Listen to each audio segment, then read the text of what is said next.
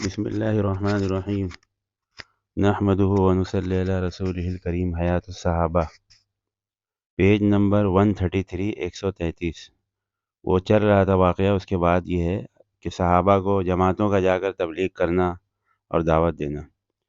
چنانچہ حضرت خالد رضی اللہ عنہ حضور صلی اللہ علیہ وسلم کی خدمت میں واپس آ گئے۔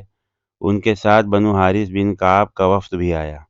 جب وہ حضور صلی اللہ علیہ وسلم کی خدمت میں آئے اور آپ نے ان کو دیکھا تو آپ نے فرمایا، یہ کون لوگ ہیں جو ہندوستان کے آدمی معلوم ہوتے ہیں؟ صحابہ نے عرض کیا، یا رسول اللہ، یہ بنو حارث بن کعب ہیں۔ جب وہ حضور صلی اللہ علیہ وسلم کی خدمت میں پہنچے تو انہوں نے حضور صلی اللہ علیہ وسلم کو سلام کیا اور کہا کہ ہم اس بات کی گواہی دیتے ہیں کہ آپ اللہ کے رسول ہیں اور اللہ کے علاوہ کوئی معبود نہیں ہے۔ آپ نے فرمایا، میں بھی اس بات کی گواہی دیتا ہوں کہ اللہ کے سوا کوئی معبود نہیں اور میں اللہ کا رسول ہوں۔ پھر آپ نے فرمایا، کیا تم وہی لوگ ہو جن کو جب دھکا دیا جائے تو پھر وہ کام کے لیے آگے بڑھتے ہیں؟ سب خاموش رہے، کسی نے کوئی جواب نہ دیا۔ آپ نے دوبارہ سہ بارہ پوچھا، پھر بھی کسی نے کوئی جواب نہ دیا۔ پھر آپ نے چوتھی مرتبہ پوچھا تو حضرت یزید بن عبد المدان نے کہا، جی ہاں یا رسول اللہ، ہم ہی وہ لوگ ہیں کہ جن کو جب دھکا دیا جائے تو پھر وہ کام کے لیے آگے بڑھتے ہیں۔ اور یہ بات انہوں نے 4 دفعہ کہی، کیونکہ حضور صلی اللہ علیہ وسلم نے 4 دفعہ پوچھا تھا۔ پھر حضور صلی اللہ علیہ وسلم نے فرمایا، اگر حضرت خالد مجھے یہ نہ لکھتے کہ تم مسلمان ہو گئے ہو اور تم نے جنگ نہیں کی ہے تو آج میں تمہارے سر کٹوا کر تمہارے پیروں تلے ڈلوا دیتا۔ حضرت یزید بن عبد المدان نے عرض کیا، حضرت، اب مسلمان ہونے کے بارے میں ہم نے نہ آپ کی تعریف کی ہے اور نہ خالد کی۔ حضور صلی اللہ علیہ وسلم نے فرمایا، پھر تم نے کس کی تعریف کی ہے؟ تو ان سب نے عرض کیا، یا رسول اللہ، ہم نے اس اللہ کی تعریف کی ہے جس نے آپ کے ذریعے ہمیں ہدایت سے نوازا۔ آپ نے فرمایا، تم ٹھیک کہتے ہو۔ پھر آپ نے فرمایا، زمانہ جاہلیت میں تم اپنے مقابل دشمن پر کس وجہ سے غالب آتے تھے؟ انہوں نے کہا کہ ہم تو کسی پر غالب نہیں آتے تھے۔ آپ نے فرمایا، کیوں نہیں؟ تم لوگ تو اپنے مقابل دشمن پر غالب آ جایا کرتے تھے۔ انہوں نے کہا اور عرض کیا، یا رسول اللہ، ہم اپنے مقابل دشمن پر اس بات کی وجہ سے غالب آتے تھے کہ ہم متحد رہتے تھے اور ایک دوسرے سے جدا نہیں ہوتے تھے اور کسی پر ظلم کرنے میں پہل نہیں کرتے تھے۔ آپ نے فرمایا، ٹھیک کہتے ہو۔ پھر آپ نے حضرت قیس بن حسین کو ان کا امیر مقرر فرما دیا۔ فرائض اسلام کی دعوت دینا۔ حضرت جریر بن عبداللہ فرماتے ہیں کہ حضور صلی اللہ علیہ وسلم نے آدمی بھیج کر مجھے بلوایا تو آپ نے فرمایا، اے جریر، تم کس چیز کی وجہ سے آئے ہو؟ میں نے عرض کیا کہ آپ کے ہاتھ پر مسلمان ہونے کے لیے آیا ہوں۔ پھر آپ نے مجھ پر ایک چادر ڈال دی اور اپنے صحابہ کی طرف متوجہ ہو کر فرمایا کہ جب تمہارے پاس کسی قوم کا عمدہ اخلاق والا بہترین آدمی آ جائے تو تم اس کا اکرام کرو، جیسے میں نے جریر کا کیا۔ پھر آپ نے فرمایا، اے جریر، میں تمہیں اس بات کی دعوت دیتا ہوں کہ تم یہ گواہی دو کہ اللہ کے سوا کوئی معبود نہیں اور میں اللہ کا رسول ہوں، اور اس بات کی دعوت دیتا ہوں کہ تم اللہ پر، آخرت کے دن پر اور تقدیر پر ایمان لاؤ، کہ جو کچھ بھلا یا برا ہے وہ سب اللہ کی طرف سے ہے، اور اس بات کی دعوت دیتا ہوں کہ تم فرض نماز پڑھو اور فرض زکوٰۃ ادا کرو۔ چنانچہ میں نے ایسا ہی کیا۔ اس کے بعد جب بھی آپ مجھے دیکھتے تو مسکراتے۔ حضرت عباس فرماتے ہیں کہ جب حضور صلی اللہ علیہ وسلم نے حضرت معاذ بن جبل رضی اللہ عنہ کو یمن بھیجا تو ان کو یہ ہدایات دی کہ تم ایسی قوم کے پاس جا رہے ہو جو اہل کتاب ہیں۔ جب تم ان کے پاس پہنچ جاؤ تو ان کو اس بات کی دعوت دینا کہ وہ یہ گواہی دیں کہ اللہ کے سوا کوئی معبود نہیں اور محمد صلی اللہ علیہ وسلم اللہ کے رسول ہیں۔ اگر وہ تمہاری یہ بات مان لیں تو پھر ان کو یہ بتانا کہ اللہ تعالیٰ نے ان پر دن رات میں 5 نمازیں فرض کی ہیں۔ اگر وہ تمہاری یہ بات مان بھی لیں تو پھر ان کو یہ بتانا کہ اللہ نے ان پر زکوٰۃ فرض کی ہے جو ان کے مالداروں میں سے لے کر فقیروں کو دے دی جائے گی۔ اگر وہ تمہاری یہ بات بھی مان لیں تو پھر تم ان کے عمدہ مال لینے سے بچنا اور مظلوم کی بد دعا سے بھی بچنا، کیونکہ اس کی بد دعا اللہ کے درمیان کوئی چیز حائل نہیں ہوتی۔ حضرت حوشب بن ذلیم فرماتے ہیں کہ جب اللہ تعالیٰ نے محمد صلی اللہ علیہ وسلم کو غلبہ دے دیا تو میں نے عبد شر کے ساتھ آپ کی خدمت میں 40 سوار کی ایک جماعت بھیجی۔ وہ میرا خط لے کر مدینہ حضور صلی اللہ علیہ وسلم کی خدمت میں آ گئے۔ وہاں جا کر عبد شر نے پوچھا، آپ لوگوں میں محمد صلی اللہ علیہ وسلم کون ہیں؟ صحابہ نے کہا کہ یہ ہیں عبد شر۔ حضور صلی اللہ علیہ وسلم سے عرض کیا، آپ ہمارے پاس کیا لے کر آئے ہیں؟ اگر وہ حق ہوگا تو ہم آپ کا اتباع کر لیں گے۔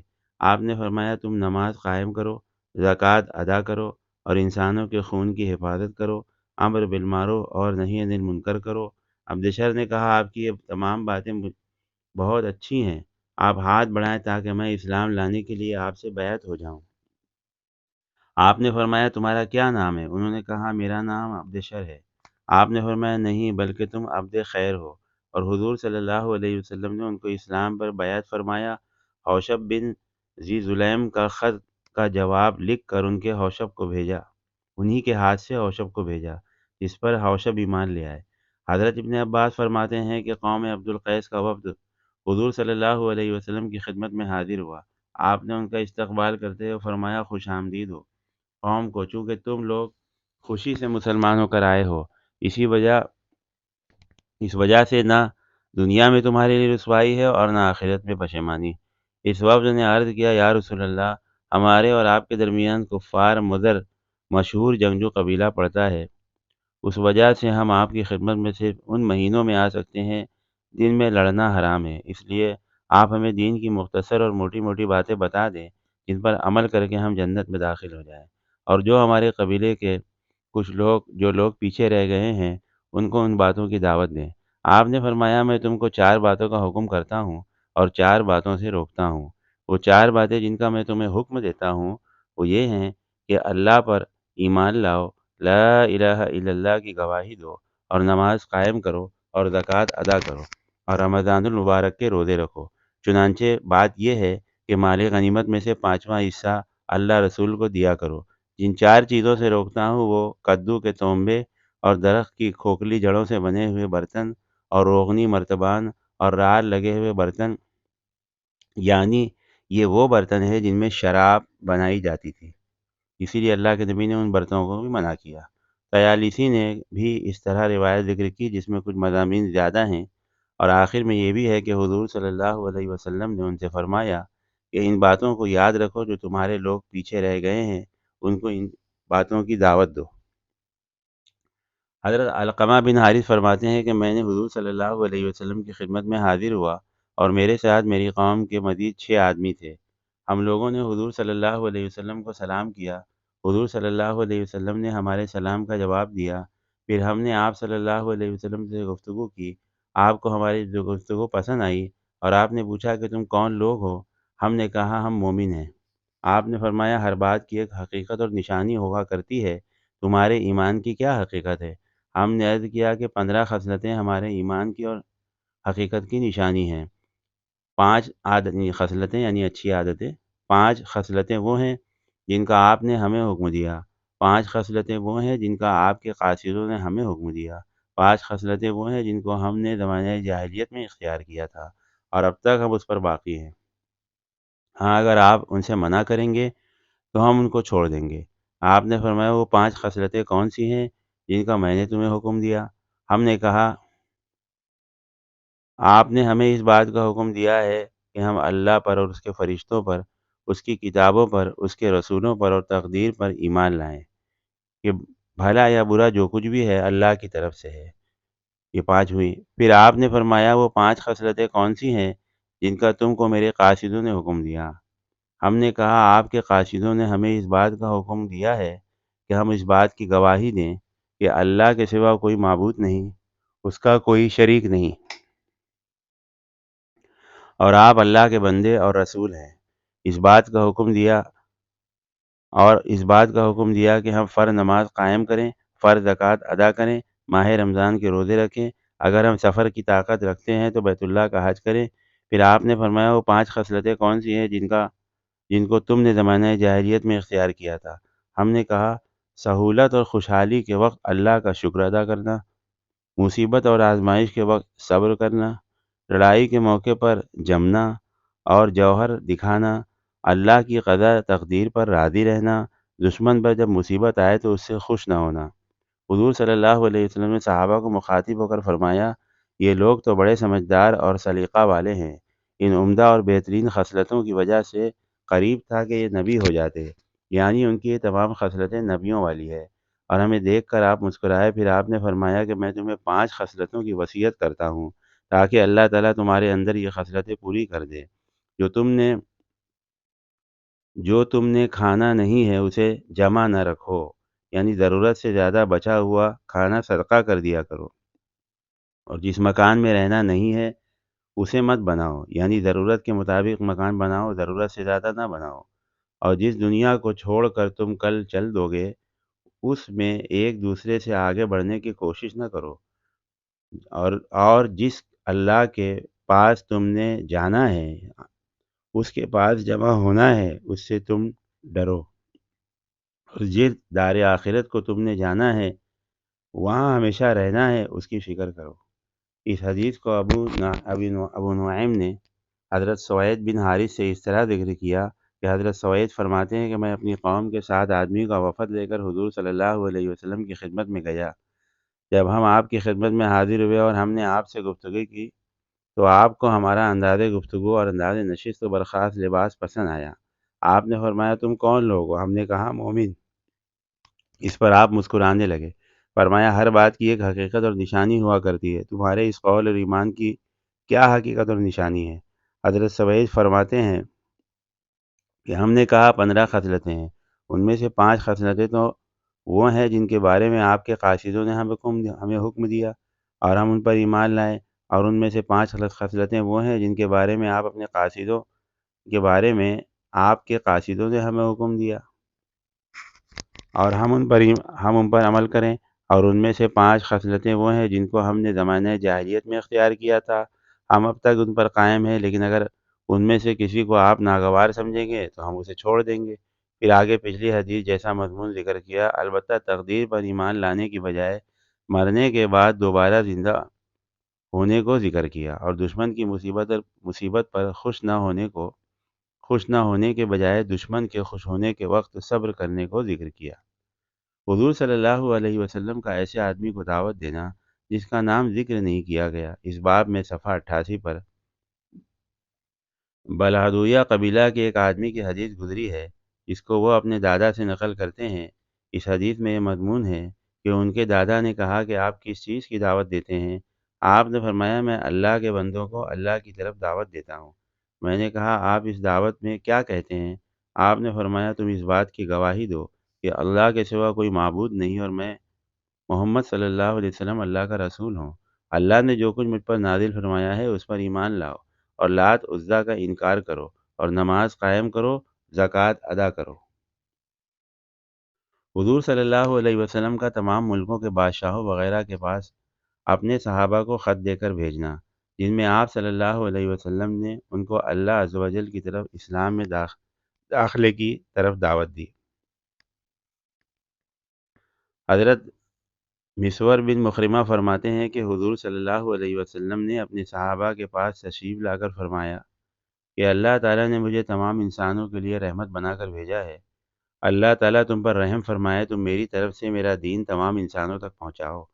جیسے عیسیٰ علیہ السلام کے حواریوں نے عیسیٰ علیہ السلام کے سامنے اختلاف کیا، تم میرے سامنے ایسا اختلاف نہ کرنا، کیونکہ حضرت عیسیٰ علیہ السلام نے اپنے حواریوں کو اس چیز کی دعوت دی تھی جس کی میں تم کو دعوت دینے لگا ہوں، یعنی ان کو دعوت دینے کے لیے دور اور نزدیک بھیجنا چاہتے تھے۔ چنانچہ ان میں سے جس کی تشکیل دور کی ہوئی اس نے اس کو ناگوار سمجھا، اور جن کی تشکیل نزدیک کی ہوئی وہ تیار ہو گئے۔ حضرت عیسیٰ ابن مریم علیہ السلام نے اللہ عز و جل سے شکایت کی، چنانچہ اگلے دن ان میں سے ہر آدمی اس قوم کی زبان میں بات کر رہا تھا جس قوم کی طرف ان کی تشکیل کی گئی تھی، یعنی ان کا رخ بنایا گیا تھا۔ اس پر عیسیٰ علیہ السلام نے ان حواریوں سے فرمایا کہ اللہ تعالیٰ نے تم لوگوں کے لیے یہ کام ضروری قرار دے دیا، اس لیے اب تم اسے ضرور کرو۔ حضور صلی اللہ علیہ وسلم کے صحابہ نے عرض کیا، یا رسول اللہ، ہم آپ کی طرف آپ کی طرف سے آپ کا دین تمام انسانوں تک پہنچائیں گے۔ آپ ہمیں آپ ہمیں جہاں چاہیں بھیج دیں۔ چنانچہ حضور صلی اللہ علیہ وسلم نے حضرت عبداللہ بن حذافہ رضی اللہ عنہ کو کسریٰ کے پاس بھیجا اور سلید بن عمرو رضی اللہ عنہ کو یمامہ کے نواب حوزہ بن علی کے پاس بھیجا اور حضرت اعلیٰ بن حضرمی کو ہجر کے راجہ منذر بن ساوا کے پاس بھیجا۔ عمرو بن عاص رضی اللہ عنہ کو عمان کے 2 بادشاہوں کے پاس بھیجا۔ جعفر بن عباد کے پاس بھیجا جو جلندی کے بیٹے تھے، اور دہیہ کلبی رضی اللہ عنہ کو قیصر کے پاس بھیجا۔ شجاع بن وہب اسدی کو رضی اللہ عنہ کو منذر بن حارث کے پاس بھیجا، اور عمرو بن امیہ زمری کو نجاشی کے پاس بھیجا۔ حضرت اعلیٰ بن حضرمی کے علاوہ تمام حضرات حضور صلی اللہ علیہ وسلم سے انتقال سے پہلے تو واپس آ گئے، لیکن اعلیٰ حضرمی رضی اللہ عنہ حضور صلی اللہ علیہ وسلم کے انتقال کے وقت بحرین میں تھے۔ حافظ ابن حجر فرماتے ہیں کہ اصحاب سیر نے، یعنی تاریخ کی کتابیں لکھنے والوں نے، یہ اضافہ بھی کیا ہے کہ حضور صلی اللہ علیہ وسلم نے مہاجر بن امیہ کو حارث بن عبد الکلال کے پاس بھیجا، اور جریر کو ذی القلع کے پاس بھیجا، اور صائب بن مسیلمہ کے پاس بھیجا، اور حاتب بن ابی بلاتہ رضی اللہ عنہ کو مقوقہ سے مصر کے پاس بھیجا۔ حضرت انس رضی اللہ عنہ فرماتے ہیں کہ حضور صلی اللہ علیہ وسلم نے اپنے انتقال سے پہلے کسریٰ اور قیصر و نجاشی اور ہر سرکش متکبر بادشاہ کو خطوط بھیجے، جن میں ان کو اللہ عز و جل کی طرف دعوت دی، اور یہ وہ نجاشی نہیں ہے جن کی آپ صلی اللہ علیہ وسلم نے نماز جنازہ پڑھائی تھی جو ایمان لائے تھے۔ حضرت جابر فرماتے ہیں رضی اللہ عنہ کہ حضور صلی اللہ علیہ وسلم نے اپنے انتقال سے پہلے کسریٰ اور قیصر اور ہر ظالم اور سرکش بادشاہ کو دعوت دین کے خطوط بھیجے تھے۔ حضور صلی اللہ علیہ وسلم کا شاہ حبشہ حضرت نجاشی کے نام مکتوب۔ حضور صلی اللہ علیہ وسلم نے حضرت عمرو بن ابسہ امیہ زمری رضی اللہ عنہ کے ہاتھ حضرت جعفر بن ابی طالب اور ان کے ساتھیوں کے بارے میں نجاشی کے نام خط بھیجا۔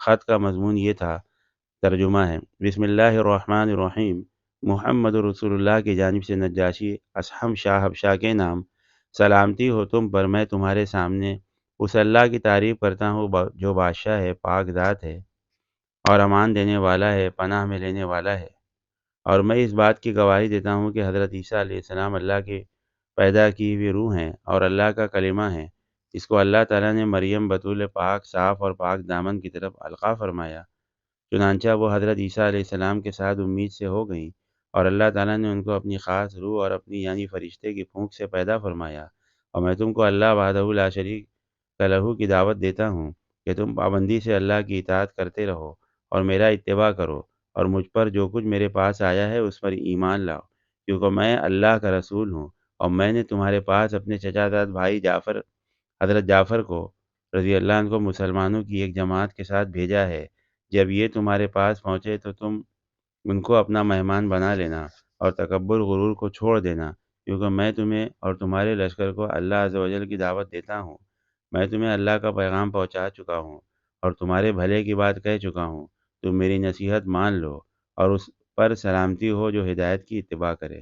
نجاشی نے حضور صلی اللہ علیہ وسلم کو جواب میں خط لکھا، اس کا ترجمہ ہے: بسم اللہ الرحمن الرحیم، بخدمت حضرت محمد الرسول اللہ نجاشی اصحم بن ابجر کی طرف سے، اے اللہ کے نبی، اللہ کی طرف سے آپ پر سلامتی ہو اور رحمت ہو اور برکتیں ہوں۔ اس ذات کے علاوہ کوئی معبود نہیں جس نے مجھے اسلام کی ہدایت عطا فرمائی۔ یا رسول اللہ، آپ کا گرامی نامہ مجھے ملا، اس میں آپ نے حضرت عیسیٰ علیہ السلام کی کچھ صفات تذکرہ فرمایا ہے۔ آسمان زمین کے رب کی قسم، آپ نے حضرت عیسیٰ علیہ السلام کے بارے میں جو کچھ ذکر فرمایا ہے، عیسیٰ علیہ السلام کا مرتبہ اس سے ذرا برابر بھی زیادہ نہیں ہے۔ جو پیغام آپ نے ہمارے پاس بھیجا ہے، ہم نے اسے اچھی طرح سمجھ لیا ہے۔ ہم نے آپ کے چچا زاد بھائی اور ان کے ساتھیوں کو اچھی طرح میزبانی کی ہے، اور میں اس بات کی گواہی دیتا ہوں کہ آپ اللہ کے سچے رسول ہیں اور آپ کی تصدیق کی گئی ہے۔ میں آپ سے بیعت کرتا ہوں، اور میں آپ کے چچا زاد بھائی سے بھی بیعت ہو چکا ہوں، اور میں ان کے ساتھ مسلمان ہو چکا ہوں اور اللہ رب العالمین کا فرمانبردار بن چکا ہوں۔ اے اللہ کے نبی، میں آپ کے پاس اپنے بیٹے ریحہ بن اصحم بن ابجر کو بھیج رہا ہوں کیونکہ مجھے صرف اپنی جان پر ہی پورا اختیار ہے۔ یا رسول اللہ، اگر آپ فرماویں تو میں آپ کی خدمت میں خود حاضر ہونے کو بھی تیار ہوں، کیونکہ میں اس بات کی گواہی دیتا ہوں کہ آپ جو کچھ فرماتے ہیں بالکل حق ہے۔ حضور صلی اللہ علیہ وسلم کا شاہ روم قیصر کے نام مکتوب۔ حضرت وحیہ حضرت دہیہ کلبی رضی اللہ عنہ فرماتے ہیں کہ مجھے حضور صلی اللہ علیہ وسلم نے قیصر کے پاس بھیجا۔ میں نے قیصر کے پاس پہنچ کر اسے حضور صلی اللہ علیہ وسلم کا خط دیا۔ اس کے پاس اس کا بھتیجا بیٹھا ہوا تھا، جس کا رنگ سرخ، آنکھیں نیلی اور بال بالکل سیدھے تھے۔ جب اس نے حضور صلی اللہ علیہ وسلم کا خط پڑھا تو اس میں یہ مضمون تھا: محمد الرسول اللہ کی جانب سے روم والے ہرقل کے نام۔ حضرت دہیہ فرماتے ہیں کہ اتنا پڑھ کر اس کا بھتیجا زور سے غرایا اور گرج کر کہا کہ یہ خط آج ہرگز نہیں پڑھا جائے گا۔ قیصر نے پوچھا کیوں؟ اس نے کہا اس وجہ سے کہ انہوں نے خط اپنے نام سے شروع کیا ہے، دوسرے یہ کہ آپ کو روم والا لکھا ہے، شاہ روم نہیں لکھا۔ قیصر نے کہا نہیں، تمہیں یہ خط ضرور پڑھنا پڑے گا۔ جب اس نے سارا خط پڑھ کر سنایا اور تمام درباری قیصر کے پاس چلے گئے تو قیصر نے مجھے اپنے پاس بلایا اور جو پادری مدار المہام اور خاص مشیر تھا اسے اپنا پیغام بھیج کر بلایا۔ لوگوں نے بھی اس پادری کو ساری باتیں بتائیں، قیصر نے بھی بتائیں، اور اسے حضور صلی اللہ علیہ وسلم کا خط پڑھنے کے لیے دیا گیا۔ تو اس پادری نے قیصر سے کہا کہ یہ تو وہی شخص ہیں جن کا ہم انتظار کر رہے تھے، جن کی ہم کو حضرت عیسیٰ علیہ السلام نے بشارت دی تھی۔ قیصر نے پادری سے کہا میرے بارے میں آپ کا کیا حکم ہے؟ پادری نے جواب دیا کہ میں تو ان کی تصدیق کروں گا، ان کا اتباع کروں گا۔ قیصر نے ان سے کہا کہ اگر میں ایسا کروں تو میری بادشاہت چلی جائے گی۔ اس کے بعد ہم قیصر کے پاس سے باہر نکل آئے۔ حضرت ابو سفیان ان دنوں تجارت کے لیے وہاں گئے تھے، ابھی ایمان نہیں لائے تھے۔ ان کو بلا کر قیصر نے ان سے پوچھا کہ جو آدمی تمہارے ہاں ظاہر ہوئے ہیں وہ کیسے ہیں؟ ابو سفیان نے جواب دیا کہ ان کا خاندان ایسا اونچا ہے کہ کوئی خاندان ان سے بڑا ہوا نہیں ہے۔ قیصر نے کہا یہ نبوت کی نشانی ہے۔ پھر اس نے پوچھا کہ ان کی سچائی کس درجے کی ہے؟ ابو سفیان نے جواب دیا کہ انہوں نے کبھی جھوٹ نہیں بولا۔ تو قیصر نے کہا یہ بھی نبوت کی نشانی ہے۔ پھر قیصر نے پوچھا ذرا یہ بتاؤ کہ تمہارے ساتھیوں میں سے جو ان سے جا ملتا ہے کیا وہ تمہاری طرف واپس آتا ہے؟ ابو سفیان نے کہا نہیں۔ قیصر نے کہا یہ بھی ایک نبوت کی نشانی ہے۔ پھر قیصر نے پوچھا کہ جب وہ اپنے ساتھی کو لے کر جنگ کرتے ہیں تو کیا کبھی پسپا ہوتے ہیں، ہار بھی جاتے ہیں؟ ابو سفیان نے کہا ہاں، ان کی قوم نے ان سے کئی مرتبہ جنگ کی ہے، کبھی وہ شکست دے دیتے ہیں، کبھی ان کو شکست ہو جاتی ہے۔ قیصر نے کہا یہ بھی نبوت کی نشانی ہے۔ حضرت دہیہ فرماتے ہیں رضی اللہ عنہ کہ پھر قیصر نے مجھے بلایا اور کہا کہ اپنے ساتھی کو میرا پیغام پہنچا دینا کہ میں اچھی طرح جانتا ہوں کہ وہ نبی ہے، لیکن میں اپنی بادشاہت نہیں چھوڑ سکتا۔ حضرت دہیہ فرماتے ہیں کہ پادری کا یہ ہوا کہ لوگ ہر اتوار کو اس کے پاس جمع ہوتے تھے اور وہ باہر ان کے پاس آ کر ان کو وعظ و نصیحت کیا کرتا تھا۔ اب جب اتوار کا دن آیا تو وہ باہر نہ نکلا اور اگلے اتوار تک وہ اندر ہی بیٹھا رہا، اور اس دوران میں ان کے پاس جاتا رہا۔ وہ مجھ سے باتیں کرتے تھے، مختلف سوال کرتے تھے۔ جب اگلا اتوار آیا تو لوگوں نے انہیں باہر آنے کا بڑا انتظار کیا، لیکن وہ باہر نہ آئے بلکہ بیماری کا بہانہ کر دیا۔ اس نے ایسا کئی مرتبہ کیا، پھر تو لوگوں نے ان کے پاس یہ پیغام بھیج دیا تو تم ہمارے پاس باہر نہیں آؤ گے تو ہم زبردستی اندر آ کر تم کو قتل کریں گے۔ ہم لوگ تو تمہیں اسی دن بدلا ہوا پاتے تھے جب سے یہ عربی آدمی آیا ہے۔ تو پادری نے مجھ سے کہا میرا یہ خط لے لو اور اپنے نبی کو جا کر یہ خط دے دینا اور ان کو میرا سلام کہنا۔ ان کو یہ بتا دینا کہ میں اس بات کی گواہی دیتا ہوں کہ اللہ کے سوا کوئی معبود نہیں اور محمد صلی اللہ علیہ وسلم اللہ کے رسول ہیں، اور یہ بھی بتا دینا کہ میں ان پر ایمان لا چکا ہوں اور ان کو سچا مان چکا ہوں، میں ان کا اتباع کر چکا ہوں۔ یہ بھی بتا دینا کہ یہاں والوں کو میرا ایمان لانا برا لگا ہے، اور جو کچھ تم دیکھ رہے ہو وہ بھی ان کو بتا دینا۔ اس کے بعد وہ پادری باہر نکلا، لوگوں نے اسے شہید کر دیا۔